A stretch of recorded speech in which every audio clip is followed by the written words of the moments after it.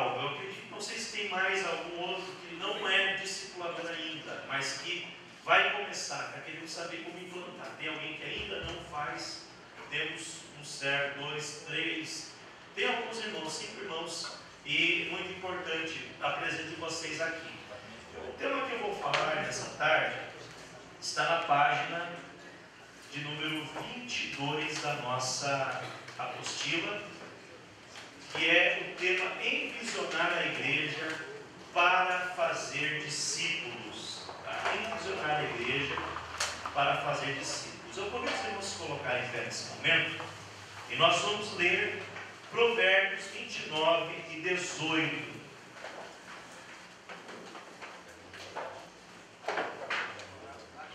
Provérbios 29 e 18, diz assim a palavra do Senhor: não havendo profecia, o povo perece, porém o que guarda a lei, esse é bem-aventurado.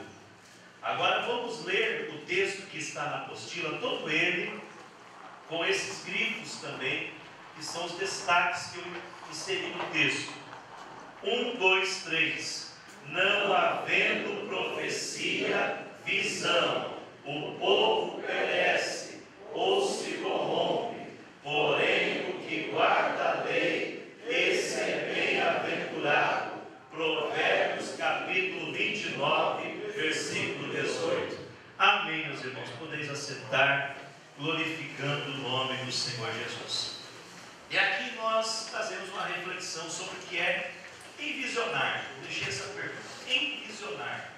Envisionar é uma palavra nova, é um neologismo da língua portuguesa e significa literalmente introduzir uma visão.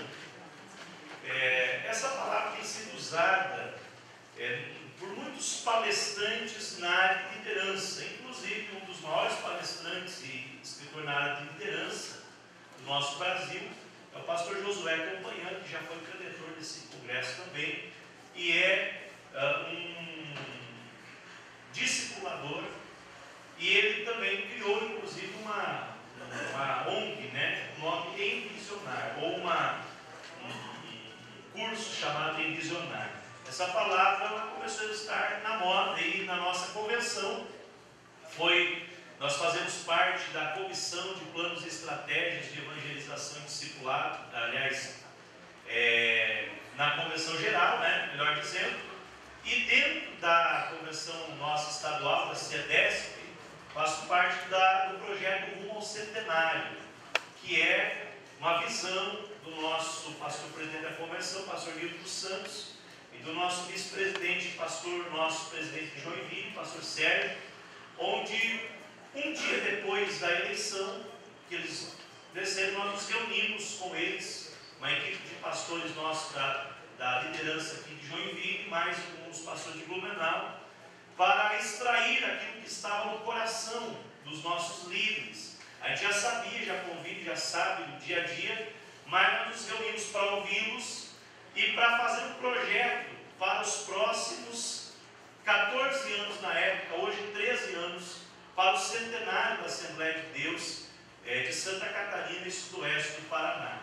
E então surgiu lá na conversa, falando sobre os projetos para o centenário, o que nós temos que fazer. Não é só fazer uma festa, mas é um projeto de crescimento da igreja e de expansão, e também para envolver todos os membros. E surgiu as metas do centenário, que é o tema geral do congresso. Quando nós chegarmos aos 100 anos, nós queremos ter uma igreja mais unida, mais missional, mais avivada e mais relevante. Não quer dizer que ela não é, mas nós queremos que ela seja mais unida, missional, avivada e relevante. E dentro da discussão nós precisamos ter um momento, um evento para passar essa visão para a liderança do Estado, os principais líderes, coordenadores de departamentos e as diretorias. E aí então, na conversa, eu citei a palavra envisionar, precisamos envisionar. E aí o pastor Rolston, que é também o segundo coordenador dessa comissão, junto com o pastor pastor José de Bem, mas Robson, que encabeçou o início, ele disse, então, vamos fazer esse evento em Visionar. E daí pegou, já tinha um comentário sobre essa palavra, então veio o evento em Visionar, que foi justamente o evento onde foi passada essa visão da nossa igreja para os próximos 14 anos do Estado, e isso vem progredindo, né? Vem evoluindo, e as igrejas estão aderindo, e cada vez mais o trabalho está prosperando. E esse ano foi lançadas as bases. O ano que vem vai ser o ano para trabalhar especificamente o tema da unidade da igreja no estado de Santa Catarina e sudoeste do Paraná. Agora, uma coisa interessante é que nesse evento surgiram algumas coisas que surgiram daí no livro dos projetos do Envisionar, que se você não tem, eu sugiro que você adquira. Está esgotado, mas vai ser agora relançado, e é um livro fantástico que traz essa ideia do Envisionar. E nessa fala do pastor Nilton, então foi colhido no livro Envisionar a seguinte definição. Envisionar, no sentido espiritual, ele se refere a alinhar o olhar com aquilo que Deus quer mostrar, contemplar, ousar e agir. Envisionar significa você captar a visão de Deus, entender a visão de Deus e olhar, ou seja, olhar para aquilo que Deus quer mostrar. Às vezes Deus mostra, Deus coloca a coisa na nossa frente e nós enxergamos, mas não vemos. Porque enxergar é o que nós estamos fazendo aqui. Estão olhando para mim, estou olhando para vocês. Estamos se vendo nesse sentido. Mas ver vai além de enxergar. É você observar, é você refletir, é você compreender. E o pastor Milton ele diz que envisionamento é o processo através do qual as pessoas que compõem uma estrutura organizacional se alinham numa mesma visão para o futuro dessa organização. Então, o envisionamento é quando você reúne o seu grupo, a sua organização, seja o departamento discipulado, a sua congregação, o seu campo, e alinha todos nessa mesma visão daquilo que Deus já mostrou, daquilo que Deus já revelou, daquilo que é a visão bíblica. Existe a visão bíblica, que é aquilo que o Senhor já nos falou no grande mandamento, na grande comissão, mas existe a visão específica para o campo, para aquilo que você está fazendo, para o seu trabalho de uma forma específica. E ter visão é muito mais do que enxergar, é antecipar o futuro. Então, nós precisamos primeiramente ter visão, e porque senão nós não poderemos passar a visão, que é justamente a grande missão de todo líder. Eu diria que talvez a maior missão de um líder é passar uma visão. E para passar uma visão você precisa ter uma visão. Para envisionar você precisa ter visão. E qual é a visão que nós precisamos ter? No sentido do discipulado, envisionar significa implantar e implementar a visão do discipulado para a igreja. Então nós estamos na implantação, aqui no workshop. Você já ouviu a palestra do pastor Mário Sérgio, detalhando assuntos sobre o discipulado, sobre os processos, as etapas. Você ouviu o pastor Marco Aurélio falando do discipulado dos lares, e toda essa dinâmica, e a parte prática. Mas para passar isso para a igreja, nós precisamos ter uma visão. E a nossa função como líderes é o quê? É implantar, é começar, é dar o start. Implementar, ou seja, criar método, criar ferramentas, desenvolver uma ferramenta para que isso aconteça. Tá? Então, iniciando pela liderança. Tá? Pastor que estava aqui de Santarém, eu não sei se ele está aqui, pastor de Santarém, Pará, que está lá na plenária geral. Ele me falou o seguinte, que ele falou num fórum ontem. Há 10 anos, mais ou menos, ele começou a trabalhar na ideia do discipulado no sentido de pequenos grupos, que é um outro modelo de trabalho. Mas ele começou a trabalhar nisso.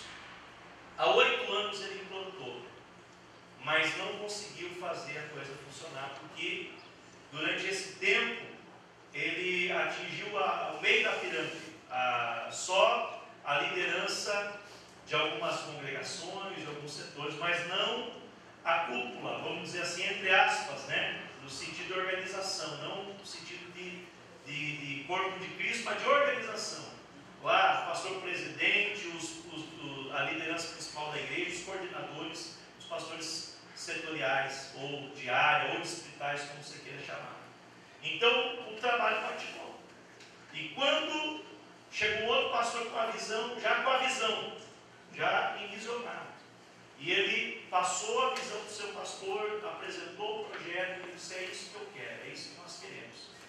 Em pouco tempo, o trabalho se multiplicou. Em 6 meses ele conseguiu mais resultado do que durante os outros 8 anos. Então, nós sempre falamos, quando nós vamos fazer seminários, o pastor presidente da igreja, ele tem que ter a visão discipular. Ou ele pelo menos precisa encabeçar. Se ele não tem a visão, ele tem que buscar isso e encabeçar. Porque senão vai patinar. Não quer dizer que não vai acontecer. Acontece, vai ter resultados, nós vamos ver muita coisa boa. Só que nós precisamos que se o pastor abraça a ideia e veste a camisa, as coisas funcionam. Eu sempre digo, né? Você vai na igreja, né? Se o pastor é bonito, você vê aquela igreja tudo bonita. Se o pastor é de oração, aquele povo é todo de oração. Se o pastor é uma missão, a igreja inteira é uma missão, porque a igreja é a casa do pastor. Então, se você é pastor e fala mal da tua igreja, é porque você está mal, irmão. Porque a igreja é a tua cara, né? A igreja, ela é a cara do pastor. E, nesse sentido, o pastor ele tem que comprar ideia. Por isso que alguns irmãos, esse ano, tiveram uma estratégia muito interessante.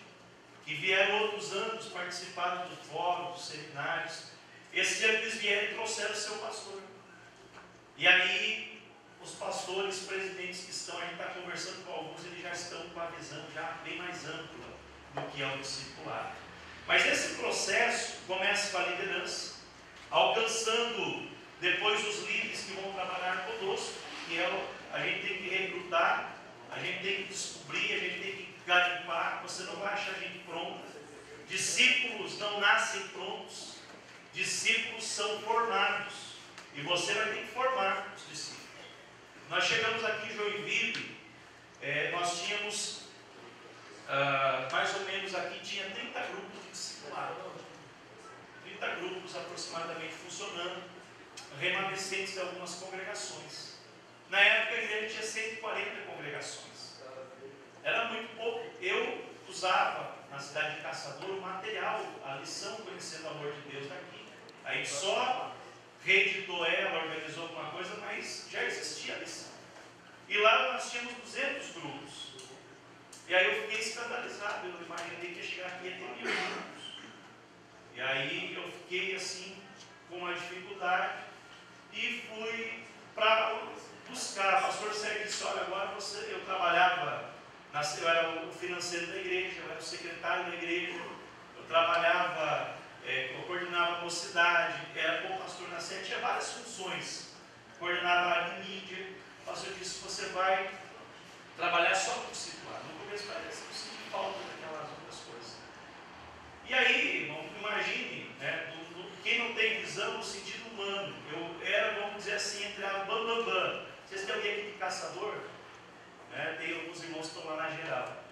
Depois o pastor presidente e o vice, eu coordenava tudo, que era o financeiro, que era pastor na sede, ou pastor na sede, ajudava e tal, e fazia tudo. E aqui eu cheguei, agora vamos ver na sala. Tinha dado 3 enchentes. Atrás ali onde está a tenda, era um buraco de uma casa, os irmãos daqui lembram. Era 3 enchentes. E ainda a última enchente não estava bem limpa. A sala estava com a marca assim. As enchentes, o computador cheio de terra, né? Todo, ficou por jogar fora o computador, as mesas. Não sobrou, para não dizer que não sobrou nada, sobrou um móvel lá, que era de madeira de lei lá. mas encheu e todos os arquivos que estavam lá e as lições que tinha lá também se perdeu na enchente. Então nós tivemos que recomeçar praticamente do zero. Mas eu estava tranquilo porque eu tinha visão. Né? Eu sempre entendi o potencial do discipulado. Nós implantamos com o pastor Sérgio Freiburg, caçador, de vai ser aqui, nós não vamos conseguir. Só que nós precisamos de gente. A maior recurso que nós temos é pessoas. Nós precisamos de pessoas. Lição a gente manda fazer. Se não tiver computador, faz a planilha na mão. Mas nós precisamos de gente. E aí nós fomos para a oração. Eu lembro que eu morava perto da igreja Nova Jerusalém. E ali uma manhã eu estava orando, morava num apartamento muito pequeno, dava para dobrar o joelho no quarto. E já, os irmãos, nessa altura aqui eu já batia na parede. Eu orava no sofá. Quando passava a orar. Aí fomos para a oração. E naquele dia o Espírito Santo me visitou e deu uma visão para agora no nome do Pai. Quando eu estava orando, eu tive uma visão espiritual. Saí daquele ambiente, fui com uma outra projeção, uma outra situação. E ali tinha um fogão a lenha. E aquele fogão a lenha estava com uma tora dentro do fogão a lenha, uma tora que já tinha sido queimada durante toda a noite, e estava só assim o formato dela.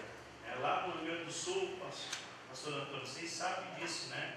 Coloca uma tora da noite no outro dia para manter a chama acesa. Estava só o formato dela. Aí quando eu peguei aquela ferramenta e fui mexer, virou só em cinzas e sobrou umas brasinhas. E isso, né, mora em região fria, recomeça o fogo. Né? E ali eu juntei aquelas brasinhas, e aí o Espírito Santo falou, né, uma voz falou audivelmente naquela visão. Este é o discipulado de Joinville.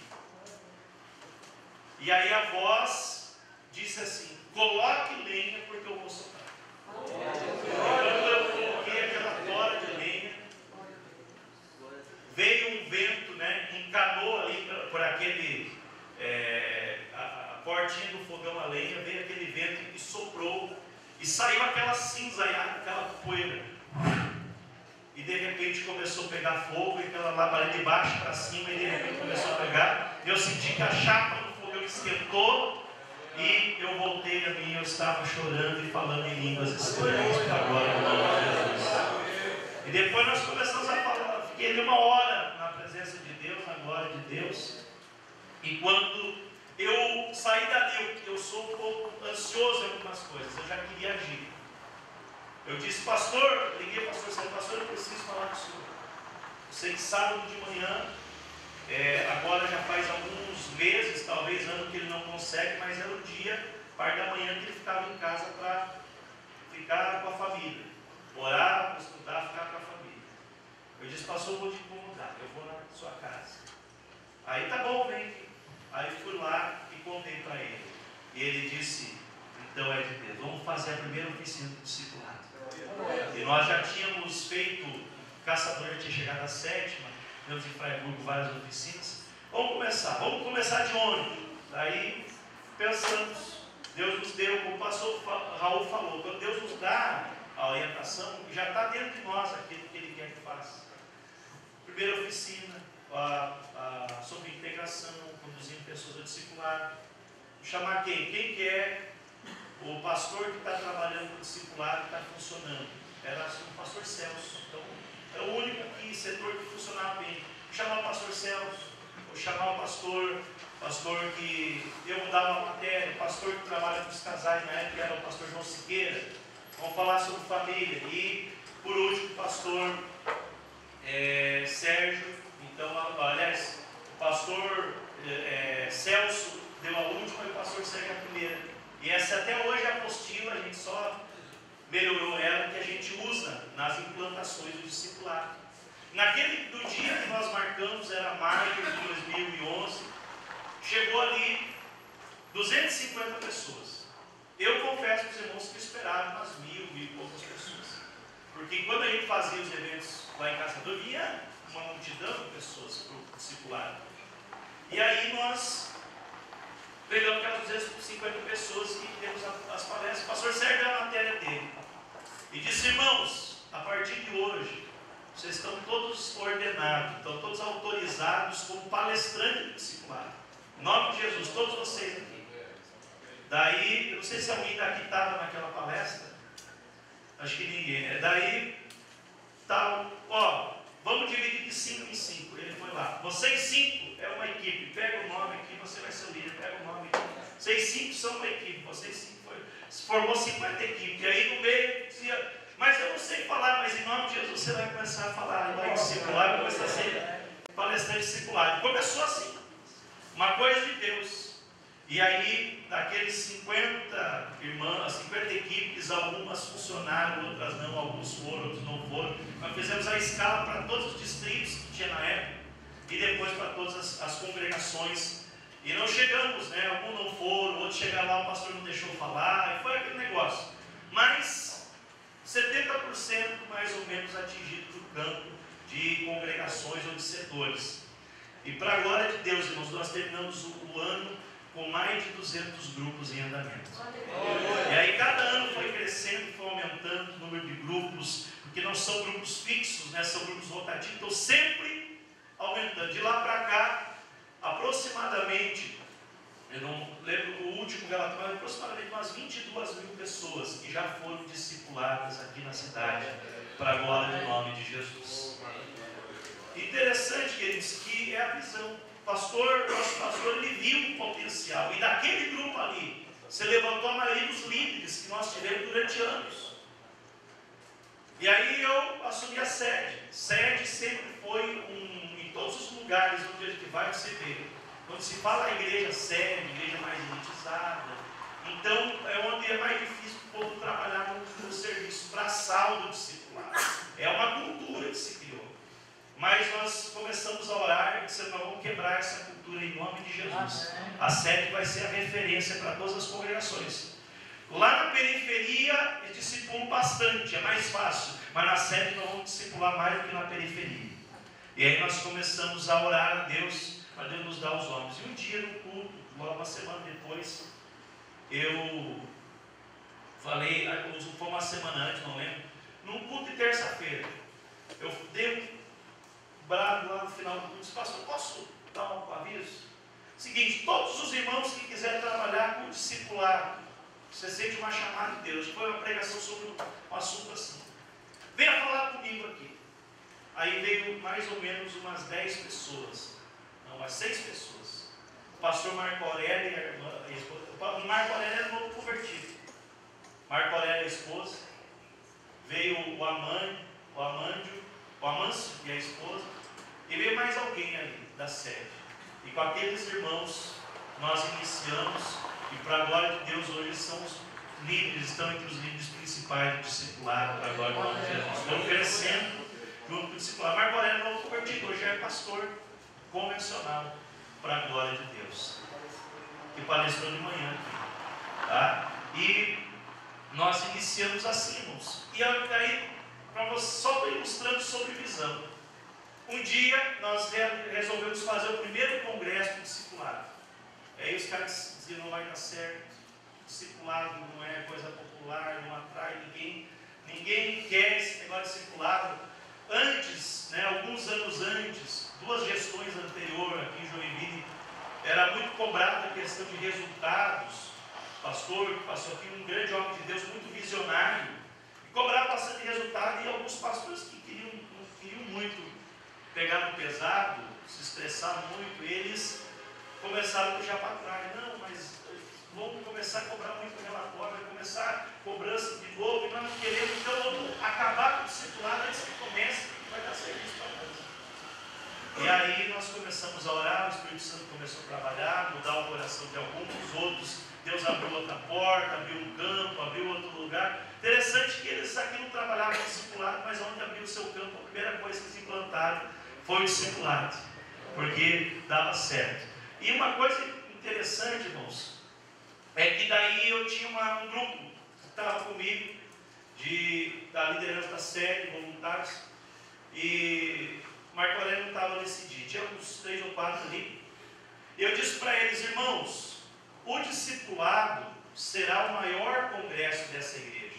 O discipulado vai encher tanto que nós não vamos ter lugar para colocar gente, nós vamos ter que abrir nossa congregação, vamos ter que colocar telão. Ó, tá vendo essas janelas aí? Vai ter gente se escorando nessas janelas, vai ter gente sentando em cadeira, sentando no chão, vai ter. Você vai ver gente aí que você. Tem um congresso de missão, mas ela não sempre evento, é o maior congresso, né? Mobiliza todo mundo, toda a igreja, vai, todas as congregações, fecha, né? Não fecha a igreja, o templo, mas não tem culto, tem alguém lá só para atender quem chega, e o resto vai. Você não vai precisar disso. Deus vai fazer que o maior congresso dessa igreja será o do discipulado. Eles disseram: pastor, você está ficando louco. Nós estamos dando um pau para fazer um congresso. Era o primeiro da cidade. E depois, no outro ano, foi o primeiro para o Brasil. Em pouco tempo, irmãos, o congresso do discipulado já tinha participantes, mais de 2.000 pessoas, já era o maior congresso da igreja, tirando o congresso de missões que era no ginásio, para a glória do nome de Jesus. E esse ano nós tivemos a oficina. A primeira oficina teve 250 pessoas.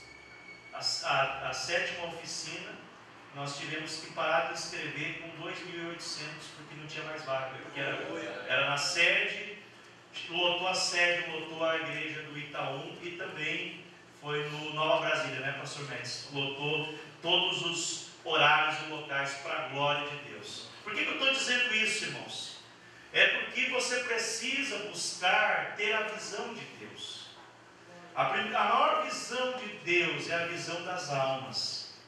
A maior visão de Deus é aquilo que o Senhor Jesus disse: ide, fazei discípulos de todas as nações, batizando em nome do Pai, do Filho e do Espírito Santo, ensinando-os a guardar todas as coisas que vos tenho mandado, e eis que estou convosco todos os dias até a consumação dos séculos. Essa é a visão de Deus para nós, para a nossa vida. E quando nós entendemos qual é a visão de Deus, qual é a nossa missão, então nós começamos a andar certo. Nós começamos a fazer aquilo que Deus quer que nós façamos, e não aquilo que nós achamos que Deus quer de nós. A maior missão que nós temos na terra é fazer discípulo. E o discipulado tem um potencial de multiplicação tão grande que você não pode pensar pequeno, de certa maneira. Você não precisa ficar sonhando com a lua. Como o pastor Cipriano fala do ratinho que ficava olhando para a lua, né? E ficava triste. Eu não tenho estômago para comer um queijo tão grande como aquele ali. Ficava chorando, olhando para a lua. Não, meu irmão. Mas nós precisamos estabelecer metas desafiadoras. E quando você tem uma visão de Deus, você coloca em prática, você trabalha. Deus, ele vai abençoando, Deus vai fazendo. Como falou o pastor Raul ontem pela manhã, Deus deu a ordem, e aí os discípulos foram e pregaram, e a Bíblia diz que cooperavam o Senhor com ele com sinais e maravilhas. A ordem de fazer discípulos já foi dada, agora é a tua vez de fazer, de colocar em prática, de dar um jeito, aleluia, de não desistir, de não se deixar abater pelas circunstâncias, porque o Senhor vai cooperar com sinais para a glória do nome dele. Aleluia, louvado o nome de Jesus. Helen Keller, ela foi uma ativista social norte-americana. Ela era uma mulher que nasceu ouvindo e vendo, se tornou criança cega e surda. Não tinha meio também de comunicação, ela teve que desenvolver um novo meio para se comunicar. Ela era uma pessoa que, mesmo com todas as dificuldades, imagina uma pessoa cega, surda e que não se comunica. Ela criou um jeito para se comunicar e se tornou uma ativista social e uma lutadora pelos direitos das pessoas com deficiência. E alguém perguntou para ela: você acha ruim não enxergar? O que representa para você ser cega? Ele disse: a pessoa mais patética do mundo é aquela que vê, mas não tem visão. Ela disse para mim: o difícil não é não ver, o pior é a pessoa que não tem visão. Glória a Deus. Por quê? Porque ter visão vai além da visão humana, é antecipar o futuro, é você ter uma noção da grandeza daquilo que Deus quer fazer através da tua vida, do teu ministério, de tudo que você colocar as mãos. Você precisa acreditar na visão de Deus, no projeto de Deus, e ser obediente àquilo que Deus quer. Paulo disse assim: eu não fui desobediente à visão celestial. Quando ele teve 6 visões durante o seu ministério, e todas elas, quando Deus orientou, ele foi. E quando ele foi, Deus cooperou, aleluia. Foi através de uma visão que o Evangelho entrou na Europa. A Europa foi durante 1000 anos a maior potência do cristianismo. Você sabia por quê? Porque um dia ele estava orando e pedindo: Senhor, eu não quero ir para o lugar que eu desejo. Eu quero ter a direção do Espírito Santo. E num sonho, um homem macedônio disse: passa a Macedônia e ajuda-nos. E ele foi, aleluia, onde a visão de Deus estava enviando. Talvez você não tenha visões espirituais, sobrenaturais, mas você tem a visão daquilo que Deus quer para a tua vida. E você precisa colocar em prática. Aleluia. Sabe por que o povo perece? Porque existem líderes que não têm visão. Você não pode ser um líder sem visão. O texto que nós lemos, ele fala que não havendo visão, o povo se corrompe e perece. Por quê? A palavra profecia, nesse texto aqui, literalmente, lá no sentido original, é visão. Se você pesquisar nos originais, lá no hebraico, você vai ver que a palavra é visão. No início da era dos profetas, sempre Deus usou profetas, mas começou uma era profética com Samuel. Começou a escola de profetas, e daí se desenvolveu o profetismo como ministério. No início, diz a própria Bíblia, lá em Samuel, que o profeta era chamado de vidente. Esse vidente, né? Walter Mercado, esse tipo de vidente assim, não. É o vidente que via, tinha visão de Deus. Deus revelava coisa para ele sobrenatural e ele tinha visão. Mas muitas vezes Deus não mostrava literalmente, mas ele tinha visão também daquilo que Deus queria para o povo. E ele levava o povo para a visão do Senhor. Olha a diferença entre a visão de Deus e a visão humana. Quando os discípulos no capítulo 9 de João se depararam com aquele homem que estava ali cego de nascença, a Bíblia diz: e Jesus viu um homem cego de nascença. Ele viu, os discípulos enxergaram, mas Jesus viu. Irmãos, as pessoas olham às vezes para os mendigos, bêbados, prostitutas, andarilhos, olham para pessoas às vezes e veem com uma visão carnal, veem com uma visão da situação. Ele enxerga a pessoa naquela situação. Mas ter visão é não ver a pessoa na situação que se encontra, mas é visualizar aquilo que Deus pode fazer na vida da pessoa. Talvez o novo convertido, as pessoas olham alguém vindo aqui para frente, é mais um que está entrando na igreja e tal, talvez permaneça, talvez não. Mas o discipulador está vendo aqui o futuro pastor, o futuro profeta, pregador, missionário. Nós precisamos ter visão. Os discípulos viram ele, enxergaram ele e disseram: Senhor, vamos discutir um pouco aqui de teologia. Quem pecou? Foi ele e os seus pais para que nascesse cego? E aí o Senhor Jesus disse: vocês estão enxergando tudo errado. Então visão carnal, não foi ele e seus pais que pecaram, mas isso aconteceu para que se manifeste nele as obras de Deus. Vocês estão olhando para o cego, vocês estão vendo o miserável, mas eu estou vendo um projeto de Deus, eu estou vendo um milagre, eu estou vendo uma bênção. Aleluia. A visão dos discípulos era que eles eram um problema teológico para ser resolvido. A visão dos fariseus, quando Jesus curou ele, aí os fariseus vieram: quem te curou? lá foi um homem e tal. Mas esse homem não é de Deus, porque ele não guarda o sábado, ele não podia ter curado o sábado. A visão deles que era. Eles não estavam vendo um milagre, uma manifestação real daquilo que eles pregaram a vida inteira na sinagoga. Eles não estavam vendo aquilo que eles, algo que aconteceu nos relatos que eles davam lá no deserto, estava acontecendo ali ao olho nu deles, não. Eles disseram, esse é um problema, é um cúmplice do violador da lei, isso é um problema para nós. Eles enxergaram com a visão carnal e não conseguiram entender o milagre de Deus.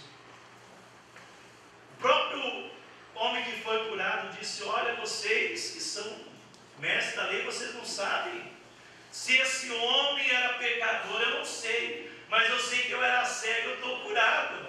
E nunca, e daí começou a pregar para eles, porque o novo convertido assim, ele começa, e nunca na história do mundo se ouviu falar que um cego de nascença fosse curado. Ainda deu uma lição neles. E aí diz, não, mas você está assim em pecado, está nos ensinando. É porque o Espírito Santo já estava na vida dele, já sabia ensinar mais do que os fariseus.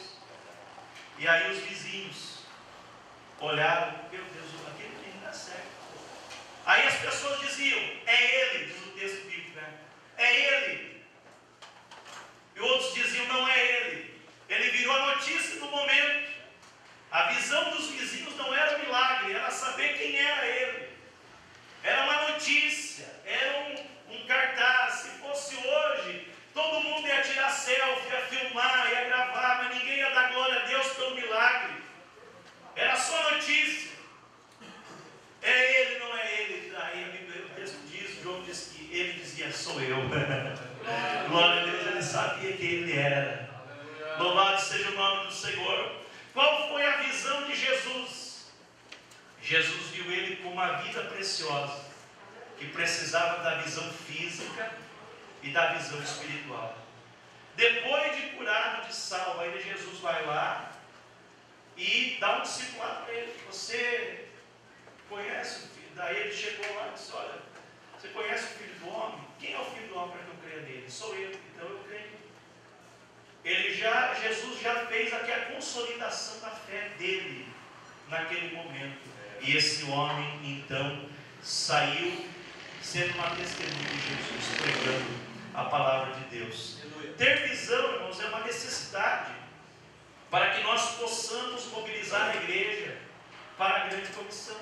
Ninguém segue um líder sem visão. Você tem os meus companheiros que trabalham comigo, eles sofrem muito comigo. Eles podem dizer, o pastor Juari é bravo. Que às vezes eu sou bravo, tem que ser às vezes, né? O pastor Juari às vezes é grosso, ele está meio nervoso, não sabe o jeito muito de falar, ele vai lá e diz meio assim as coisas meio seco. Os que estão ao meu redor já me entenderam, já sabem, eu já entendo eles, e quando eu vejo que a coisa também estão meio assim, eu já nem chego também, já sei, já se conhece no trabalho do dia a dia, na obra, e funciona. Mas ele não pode dizer, o pastor Juari não tem visão.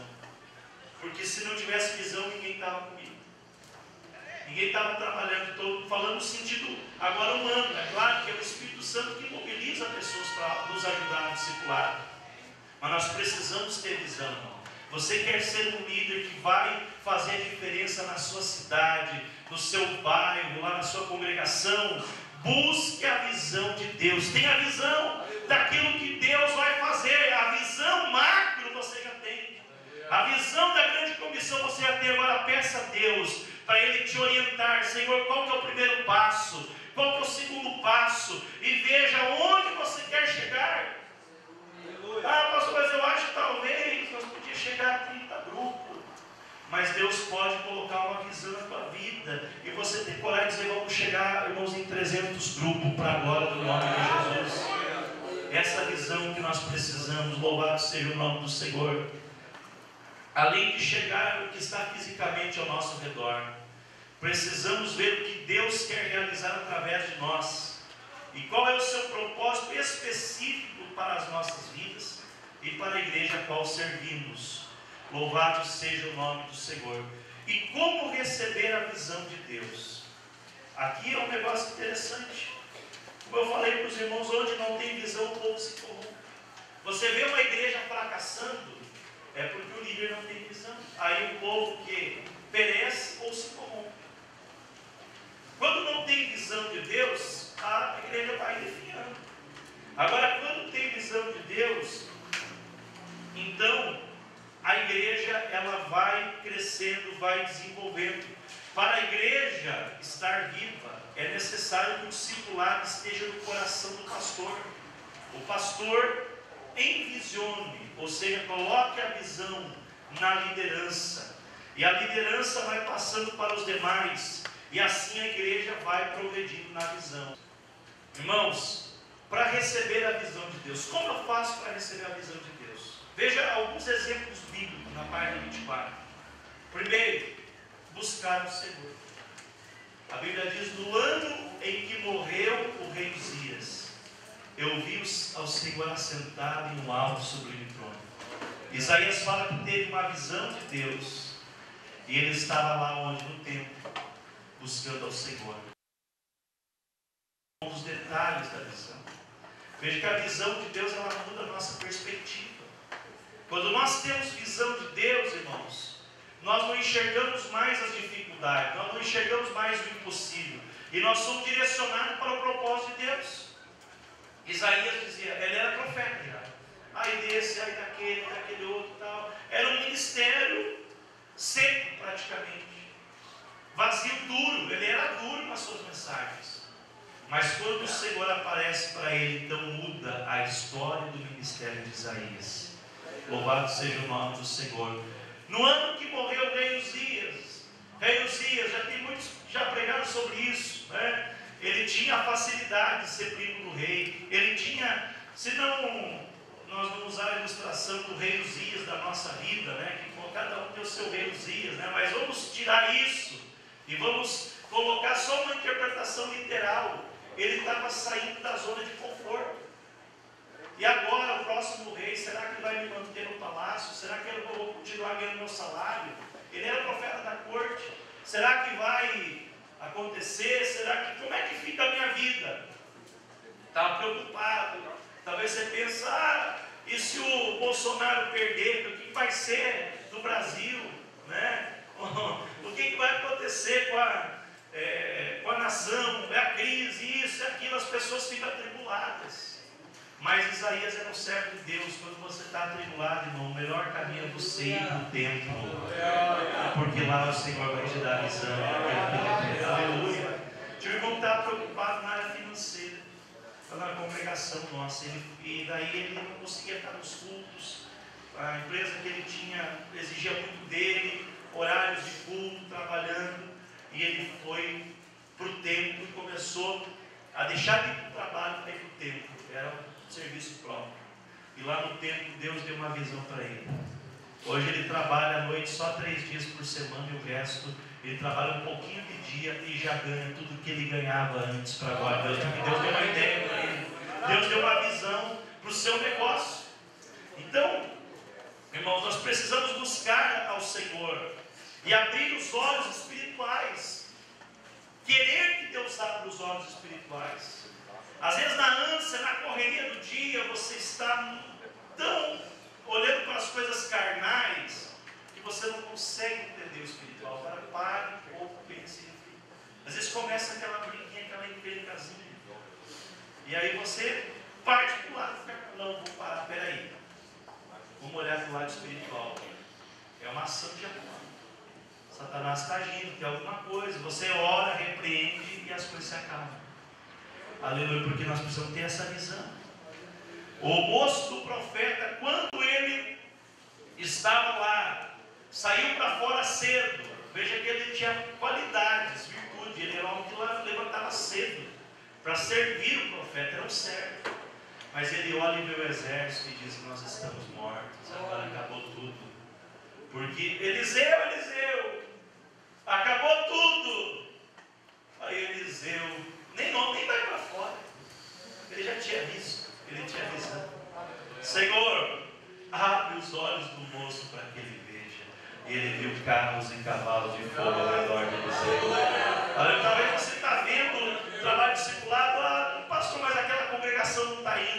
progredindo, ah, porque o meu pastor não está apoiando, ah, porque isso, aquilo, acho que não vai dar. Não, irmão, peça para Deus abrir os teus olhos espirituais e você vai ver que Deus está agindo, Deus está no controle da história. Você não precisa ficar derrotado, irmão. Você tem que olhar o lado espiritual, porque Deus é o maior interessado no trabalho que você está realizando para Ele. Aleluia, louvado é o nome de Jesus. Como que eu vou ter isso, pastor? Jesus disse, Mateus 5:8, bem-aventurados os limpos de coração, porque eles verão a Deus. Você só vai ser Deus e ver Deus se você for limpo de coração. Tem pessoa que quer ter visão de Deus, mas está com o coração impuro, cheio de pecado, não consegue ver Deus, cheio de mágoa, não perdoa, não libera o perdão, persegue um e outro, fica lutando, né? Fica só no plano humano. Uma pessoa dessa não tem visão de Deus. Agora, quando você limpa o teu coração, purifica, pede perdão dos seus pecados, você recebe de Deus o renovo espiritual, aleluia. Então você começa a contemplar, aleluia, aquilo que os outros não enxergam. Você começa a ver aquilo que ninguém está vendo, porque o Senhor, Ele revela para aquele que é limpo de coração. Como mais, pastor? Ter os olhos abertos pela palavra. Salmo 119:18 diz assim: Senhor, abre os meus olhos para que eu veja as maravilhas da tua lei. Uma coisa é você ler a Bíblia de uma forma normal, assim como um livro normal. Outra coisa é você ler a Bíblia com a visão espiritual. Você consegue ver a revelação da vontade de Deus através da palavra. Glória a Deus. E o cumprimento da promessa. Joel 2:28 e Atos 2:17. E há de ser que nos últimos dias, diz Deus, derramarei do meu espírito sobre toda a carne. Vossos filhos e vossas filhas profetizarão, vossos jovens terão visões e os vossos velhos sonharão sonhos. Sábado passado eu dei uma palestra para líderes de jovens na 6ª região, aqui no Planalto Norte do estado. E eu falei um pouquinho sobre isso, sobre Atos 2. Quando a Bíblia diz aqui, os jovens terão visões e os velhos sonharão sonhos. Porque o natural é que os velhos tenham visão e os jovens sonham. Você já viu um jovem que não sonha? Todo jovem sonha. Jovem é alimentado com sonhos. Tem uns até que a gente olha assim na igreja, estão lá, estão até sonhando meio acordado. Ou está olhando lá para o menino, para a menina, pensando assim, é o meu Isaac, a minha Rebeca, ele fica sonhando, né? Acordado. O jovem tem sonhos. Todo jovem tem sonhos. E os velhos têm visão. Por quê? Porque já tem experiência de vida, já passou por aquilo ali. Quando uma pessoa mais de idade vai dar um conselho para mim, eu recebo, eu acato. Ou eu ouço, pelo menos eu ouço e considero. Por quê? Porque ele já passou por onde eu estou passando. Ele já tem visão, ele está enxergando mais longe do que eu. Então eu preciso ouvir. Agora, no sentido espiritual, Deus inverte as coisas. Quando alguém é cheio do Espírito Santo, um jovem cheio do Espírito Santo, Deus dá visões para ele, aleluia. Ele começa a ver aquilo que ninguém vê, ele começa a ver coisas espirituais. E os velhos, eles começam a ter sonhos, né? Às vezes você pega um velho que está lá na congregação, você vê aquele que é cheio do Espírito Santo e aquele que não é. O que não é cheio do Espírito Santo só fala de luta, de doença, de dificuldade, de morte. Ah, eu vou quase morrer, pastor. Ah, vou morrer, meu Deus do céu. Eu devia ter orado. Olha, eu estava indo para a eternidade mesmo. Eu morri, não tem perspectiva nenhuma de vida. Agora, aquele velho cheio do Espírito Santo, você fala com ele, ele fala em almas, ele fala em Jesus. Ó, pastor, eu estava orando, Deus me mostrou um negócio. Ó, pastor, eu estou indo pregar em tal lugar. Eu quero fazer algo que Deus dá os colhendo para me evangelizar. E no sentido humano ele faz projetos também, porque ele tem sonhos, aleluia. Glória a Deus, é o Espírito Santo que faz isso. Então, queridos, nós precisamos entender a visão de Deus, ter a visão de Deus e transmitir a visão de Deus. Como? Você precisa impregnar a visão. a visão de Deus precisa ser transmitida a toda a igreja de forma contínua, até que todos estejam inteirados e encharcados com a visão bíblica de fazer discípulos. Quando se fala em visão, né, o pessoal latino, eles falam empapado, né? Encharcado. Você precisa estar tão cheio da visão que ninguém é como uma pessoa encharcada de água. Se ela encostar, vai ficar marca, vai ficar um pouco, a pessoa vai sentir um pouco daquela água, sabe, daquela umidade.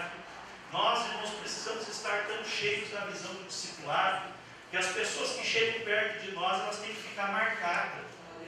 As pessoas, em nome de Jesus, eu quero declarar para as pessoas olhar para você na tua congregação, na tua igreja, no teu campo, no teu estado, elas vão olhar e vão dizer: ela está vindo o homem do discipulado, ela está vindo a mulher do discipulado, ela está vindo lá o ganhador de alma, o discipulador. Por quê, meu irmão? Porque Deus, quando Ele nos enche dessa visão, você precisa alimentar essa visão de Deus. Onde você passa, vai ficar marca, aleluia. E você vai tocar pessoas, elas vão ser marcadas também pelo discipulado, para a glória do nome de Jesus. Imagine a visão de Deus como um carro, um tanque de gasolina, né? Quem já andou de Fusca de Brasília aqui sabe que cheira a gasolina. É difícil, né? Um Fusca ou uma Brasília, em algum lugar não tem um vazamentinho. Imagine que você está com um carro, com um tanque cheio e tem um furinho mínimo. Não é um furo que jorra assim, mas vai passando um pouquinho. E você não tem como fechar esse furo, você não sabe o que é. Então o que você tem que fazer? Você tem que sempre estar colocando combustível, manter o tanque cheio. E a visão de John Maxwell, ela é assim, é como um tanque. Você tem que estar sempre enchendo, porque a visão vaza. Você vai passando a ideia do discipulado, vai passando a ideia da evangelização, vai passando a visão bíblica de fazer discípulo e ganhar alma, e vai enchendo. Só que a igreja vai enchendo, as pessoas vão enchendo, e vai vazando. E você mesmo também vai vazando, porque você precisa estar alimentando a visão. Através da palavra de Deus, através da oração, através do estudo do tema, comprar livros que falam do assunto discipulado. Na minha biblioteca de discipulado tem mais de 40 livros. Tinha vezes que eu ia na livraria e não tinha nenhum livro sobre discipulado. Hoje é comum assim na livraria não ter. Todos os que eu encontrei, eu comprei, até hoje. E eu vou lendo, às vezes tem um tempo leio um, leio outro, eu vou selecionando, estudando temas dentro do assunto.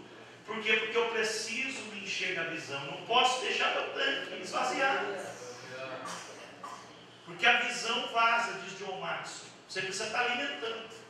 Você precisa estar sempre constante aprendizado. Por isso nós temos uma oficina de discipulado todo ano. É para passar a visão para a igreja. Uma oficina geral no campo e em todas as congregações. O pré-congresso nas congregações e o congresso geral discipulado para o Brasil. Porque nós estamos alimentando a visão. No começo, como que nós vamos disseminar a visão do discipulado? Aí, Deus nos deu uma estratégia. Nós vamos colocar na rádio uma vinheta. Aí o pastor Edson Bruno gravou, depois o pastor Luiz.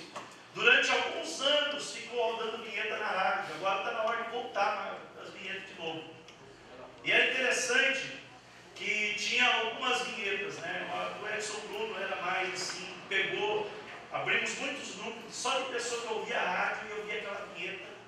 Abra as portas da sua casa para o discipulado. Você e sua família serão abençoados. E dava o telefone. E tinha uma vinheta que era assim. A minha esposa, né, estava lá, gravando no estúdio dela, perguntava: pastor, o que é fazer discípulo? O que é discipulado? E eu falava: o que é discipulado? Depois, eu discipulando a minha esposa. Aí a outra, isso foi um ano mais ou menos cada vinheta. A outra rodava 8, 10 vezes por dia. Daí eu perguntava ao pastor Sérgio, na vinheta Nossas Vozes: pastor, o que é discipulado? E ele falava: que o tema do ano da agenda era tempo de fazer discípulos. Já estava no tema da agenda. Aí foi na rádio, massificar. Era 8 vezes por dia, tinha dia que era 12 vezes por dia, tinha dia que era de hora em hora, e se tornou assim, foi, no limite do tolerável. Chegou na época que as pessoas não podiam mais suportar aquilo ali. E aí alguém veio para mim e disse: pastor, você, vou dar um conselho para o senhor, essa vinheta aqui já está enrolando, não muda, por que não coloca outra?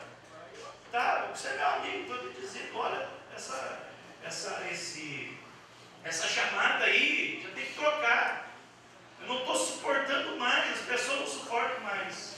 Eu disse: glória a Deus. Então, a partir de agora, eles vão começar a pegar o que está acontecendo. Porque até aqui, depois que passa do limite do insuportável, aí então que você a visão começa a entrar. É depois. Nós, irmãos, que somos líderes, nós muitas vezes não cobramos de nós. Até nossas esposas que não entendem às vezes muito a visão, aí diz, né? Ou você se cobra e diz: meu Deus, eu estou pegando muito no pé, estou falando muito sobre isso, vou mudar o discurso.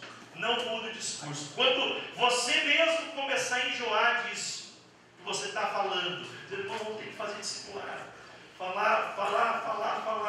Aí vai começar a pegar. Você, vendo a história recente da igreja, diz que David Wilkerson teve uma visão de Deus. Veja o que é a visão. Ele disse assim para a sua igreja: eu vi esta cidade passando por um funil. Todo culto começava e terminava dizendo: eu vi essa cidade passando por um funil. E ele começou a pregar: eu vi essa cidade passando por um funil. Quando pregador de fora, congresso, trabalho lá, igreja de Times Square, lá no centrão de Nova York, na bênção apostólica: irmão, não esqueça, essa cidade vai passar por um funil. Eles diziam: meu Deus, não aguentamos mais, vamos pregar uma peça do nosso pastor. Fizeram culto de graça, aniversário dele, e daí foram para o salão lá para comer o bolo no formato do funil. Os balões eram do funil, toda a decoração era funil. Quando ele chegou lá, ele começou a falar em línguas estranhas e disse: glória a Deus, vocês começaram a entender o que Deus mostrou, essa cidade vai passar por um funil. Aí os irmãos disseram: não tem jeito, nosso pastor, não dá. Sabe o que é isso, irmão? 11 de setembro de 2001, a profecia se cumpriu. Nova York passou por um funil. Ele ficou mais de 10 anos pregando isso. E quando aconteceu, o mundo inteiro correu para ele, porque eles sabiam que Deus tinha mostrado isso lá na década de 80, mas é mais de 20 anos pregando isso. Na década de 80, Deus mostrou que Nova York ia passar por um funil. Deus, irmãos, Ele quer nos usar. Quantas pessoas disseram: olha, irmão, eu não aguento mais ouvir você falar de discipulado. Fala mais um pouco, porque ele está quase pegando.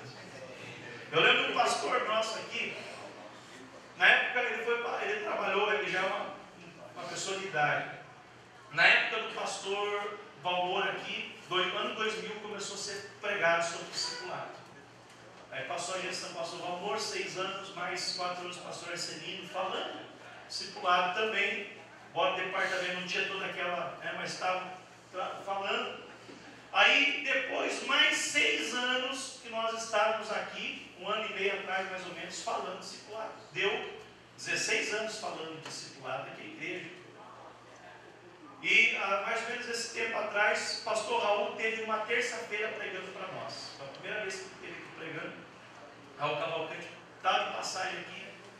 Pregou terça-feira de manhã para os pastores e terça-noite para a igreja. Depois que ele pregou para a igreja sobre João 3,16, no outro dia esse irmão me procurou chorando: pastor Joaquim, eu vou te ajudar a discipular, conta comigo, porque até hoje eu não tinha entendido o que era o discipulado, hoje eu comecei a entender. Aí eu dei glória a Deus, por dentro eu estava rindo assim. Eu disse: meu Deus, 16 anos ouvindo sobre discipulado, discipulado, 7 anos ouvindo quase todo dia. Mas tem gente que demora para absorver a visão, mas quando a visão entra, hoje ele até é um dos grandes apoiadores do nosso discipulado, até financeiramente, para a glória do nome de Jesus. Aleluia, porque a visão entra. Glória a Jesus. Então nós não podemos desistir daquilo que Deus mostrou. Nós precisamos estar debaixo da visão. Como nós vamos transmitir isso? Glória a Deus. Ok. É 2h15, 3h15. Então falta 5 minutos. Olha só. O discipulado precisa estar em evidência constante. O que você precisa fazer? Tem que ter treinamento. Oficinas, seminários, congressos, simpósios e fóruns para debates. Também, outra coisa que a gente usou como estratégia aqui, adesivo nos carros, cartazes, faixas, banner, outdoor, marca-página, folhetos, as mídias sociais da forma correta, WhatsApp, Facebook, Instagram, YouTube, mídia eletrônica, site, rádio, televisão, tudo que você tiver na mão, não é ferramenta para você transmitir a visão de Deus para a igreja. Tudo que você tiver, não é marketing, apenas no sentido mercadológico, não. Deus deu essas ferramentas para nós transmitir a visão. Uma vez eu cheguei numa repartição pública com essa camisa aqui, e aí a pessoa disse, viu, me disse uma coisa, o que é esse tal de discipulado aí? Não, porque todo mundo faz esse negócio de discipulado, eu já vi milhares de carros, porque tem milhares de carros na cidade com adesivo do discipulado. Isso é o que é? Isso é uma seita, isso aí é um negócio de pirâmide, de marketing multinível. O que é esse negócio de discipulado? Ela abriu a porta para eu falar o que é o discipulado e convidar para fazer o estudo bíblico de discipulado. Por quê? Porque a própria população, hoje, antes, ninguém falava de discipulado. Hoje, todas as denominações aqui em Joinville fazem discipulado. A Igreja Católica já tem grupo de discipulado, Igreja Luterana, Igreja Metodista. Tem uma placona, lá na frente da Igreja Metodista de discipulado. Até a Onda Dura, que é aqui do outro lado, aqui, que é uma igreja, entre aspas, igreja é um movimento de jovens, O pessoal vai lá no showzão, aquele negócio. Eles têm uma placona lá de discipulado, porque falar em discipulado entrou na moda, porque nós passamos a visão, e outras igrejas, inclusive, usam o nosso material para discipular para a glória do nome de Jesus, porque a visão de Deus, ela extrapola. Louvado seja o nome do Senhor. Queridos, a oração constante é o que faz a visão crescer. Não dá tempo de citar tudo aquilo que nós precisamos, mas você quer que a visão que Deus deu, a visão bíblica e a visão específica para o trabalho do teu grupo, entre nas pessoas? O segredo é a oração. Você tem que comunicar, as pessoas têm que saber, mas para acontecer a oração é o que vai mover as pessoas para cumprir a visão. Louvado seja o nome do Senhor. A visão do discipulado é a visão missional de Deus. Deus, a Bíblia fala em 1 Timóteo 2:4, Ele deseja que todos os homens sejam salvos e cheguem ao pleno conhecimento da verdade. O maior desejo de Deus é que os homens sejam salvos e cheguem ao pleno conhecimento da verdade. Tem uma questãozinha semântica assim, bem simples. Qual que é a diferença entre a vontade de Deus e o desejo de Deus? De certa forma, a vontade diretiva de Deus, ela é algo que é quase como uma predestinação, acontece, A diretiva, a permissiva é aquilo que Deus não queria, mas Ele dá o livre-arbítrio para a pessoa escolher. Agora, Deus deseja que os homens sejam salvos e cheguem ao pleno conhecimento da verdade. Todos. Ele deseja. Ele poderia obrigar e dar um start assim e todo mundo se converter. Mas por que Ele não faz? Porque nós temos o livre-arbítrio. Mas por que Ele deseja de todos? Porque Ele conta comigo e com você. Ele mandou nós. O pastor Raul falou hoje de manhã lá, a gente às vezes ora, Senhor, visita o